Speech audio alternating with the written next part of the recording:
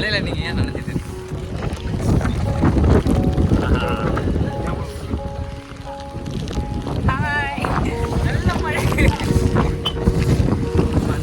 இப்போ இந்த மழைக்குள்ள நீங்கள் எவ்வளோ கஷ்டப்படுறீங்க பாதிப்படுறீங்க? ஜாலியாக தான் இருக்குது, இருந்தாலும் இங்கே இருக்க மக்களுக்கு எவ்வளோ கஷ்டம் இதெல்லாம். எதுக்காக தமிழ்நாடு அரசு சொல்லுங்கள் தமிழ்நாடு அரசு இதுக்காக என்ன பண்ணுச்சு? தமிழ்நாடு அரசு என்ன பண்ண முடியும்? ஒன்றும் பண்ண முடியாதுன்ற மாதிரி